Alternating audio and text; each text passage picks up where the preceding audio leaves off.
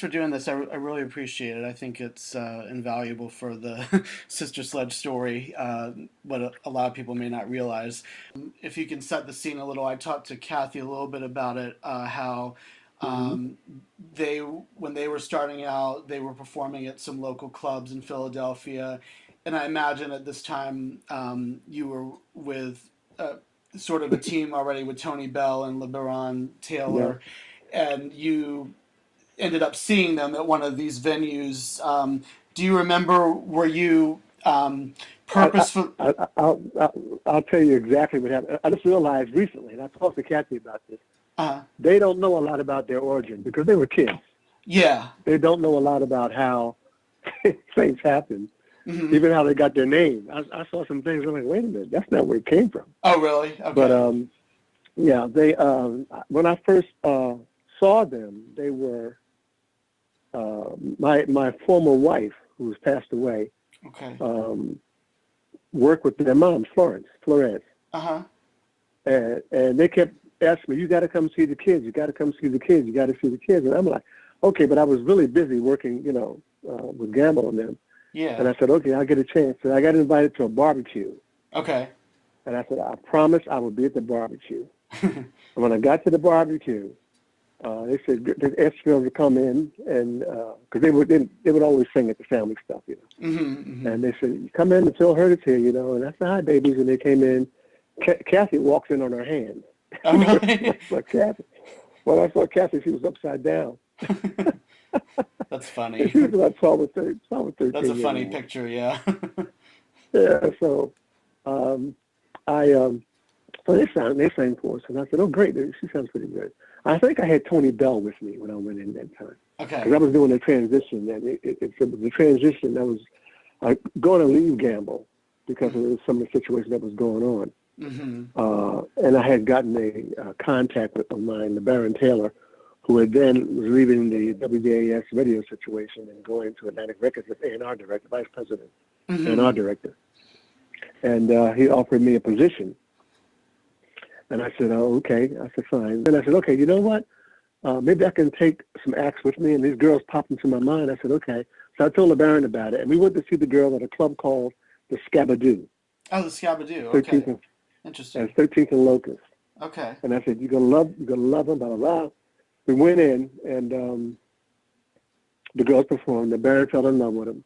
Yeah. And so I said, "Okay, kids, try to work out something for you." And we got them a deal. The Barons had a deal up for them, Okay. and we had a recording contract for them. Oh, And I cool. left Gamble. And one of the Okay. things I tried to do actually first was have Gamble to sign them. But Gamble didn't want to sign anybody, any children. He didn't want any kids. But being that you saw the sisters perform in several settings of the informal setting of a barbecue and then at a club, um, were there particular dynamics of either their vocal style or their performance style that appealed to you that made you think, well, we can do a good record with these girls? Well, first of all, yeah, they all have good voices, as I recall, even as young kids. But the thing that attracted me was they had a unique blend that Mm. only happens when you have siblings singing together. It's different than Mm. you putting the group together. It's a different blend, and they all had different voices. Mm-hmm. They all had different characterizations within that voice. Mm-hmm. And what I could see was that there was a lot of potential there. Mm-hmm. We had to find out who was who and what was what. Okay. Um, so we approached it, and one thing I didn't want to do is there was a lot of guys around who were trying to make them sound like somebody else, you Mm-hmm. know. And one thing I did recognize is that as a young girl group, that there was a group around then that was really, really hot. We all know the Jackson Five, Right. and I'm thinking there's no counterpart to that. Right. So let's do something that would not mimic it, but give a little flavor, and Complimented. also give them some material that would kind of stand up to it. And then realizing that I had different voices because Debbie even at that point, had a mature sounding, sultry sound to her voice. Yes. Yes. And I was like, okay, and had a lot of range on her voice. I'm like, how can Mm-hmm. we demonstrate that? And Joan was earthy kind of was soft. Mm-hmm. Earthy was, and Kim was very shy. Mm-hmm. A little bit lower voice. She was very shy. She wasn't as demonstrative as the other two were. Mm-hmm. Kathy was unique because Kathy has a mature voice. Right. And she was 13. I'm like, wait a minute. What is this? Where did she come from? That's funny. So we did so what I tried to do was, if you noticed, Weatherman was we did 4 tunes initially. Right. Weatherman was for Debbie, and we put Have You Met Joni My Friend? on Have You Met My Friend, Mm-hmm. and we put Kathy on Mama Mama Never Told Me. Mm-hmm. And then we cut a few other tunes. We had, I think we cut maybe 6 or 8 tunes on them. Mm-hmm. And I had more because I had some stuff for Kim also. But we did something I thought was interesting. We did a tune on a Gladys Knight tune on Kathy.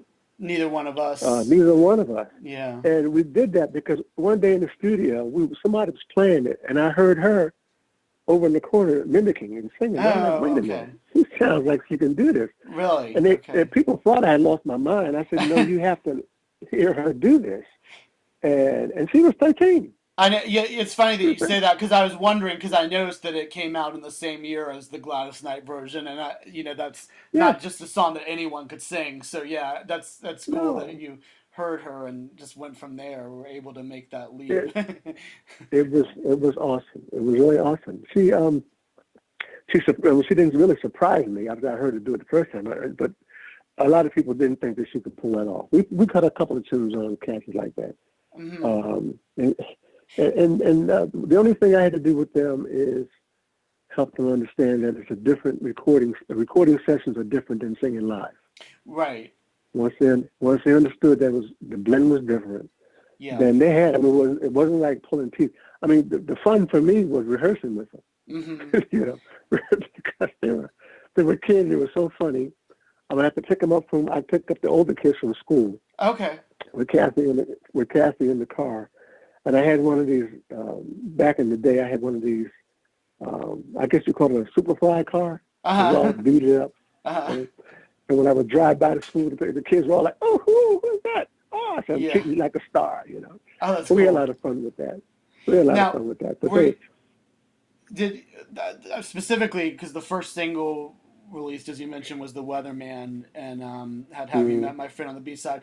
Were those songs that you wrote specifically for the group, or did you already have them in the can? No. They're written just for them. Okay. I sat with them at the house. They lived in northeast Philly.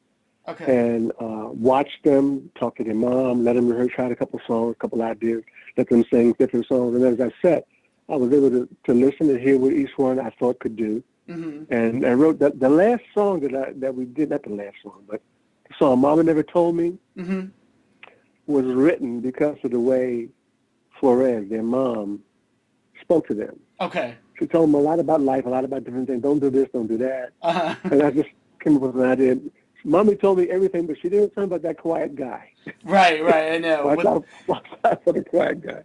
And that's where I came from. That's where it came from. Yeah, with the tender eyes who can steal your mind. Right, exactly. Exactly. I'm kind of curious because when I listen to a song like The Weatherman, and as you mentioned that Debbie's voice was very mature, if you, back in that day, I would imagine, because obviously it was before music videos and all that, if you were to listen to that song, one wouldn't necessarily think, oh, this is a group of teenage and younger girls singing it.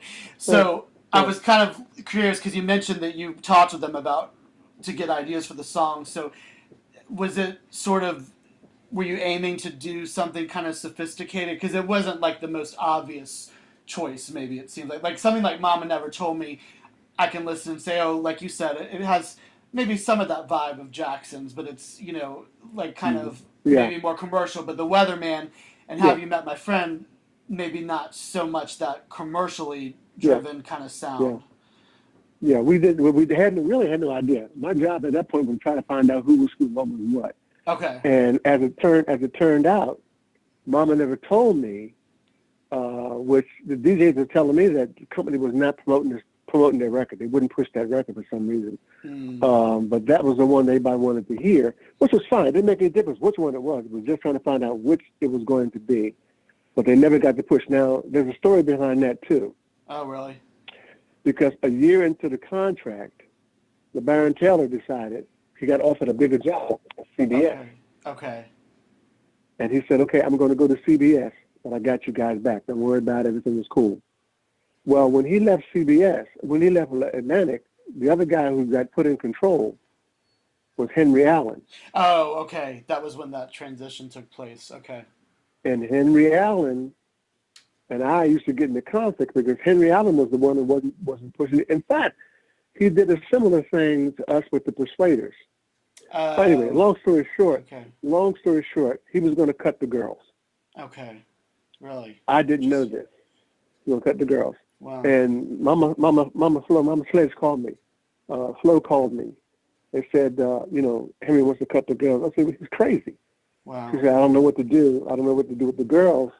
What do you think? And she said, well, should I just let Kathy go as a single? Should it be Kathy and the Sledge sisters? No.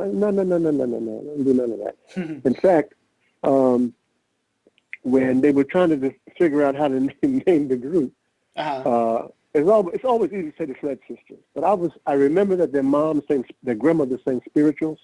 And I remember that there was a spiritual singer who sang blues and spirituals named Sister Rosetta Tharpe. Oh yeah. Yeah, she's great. Yeah.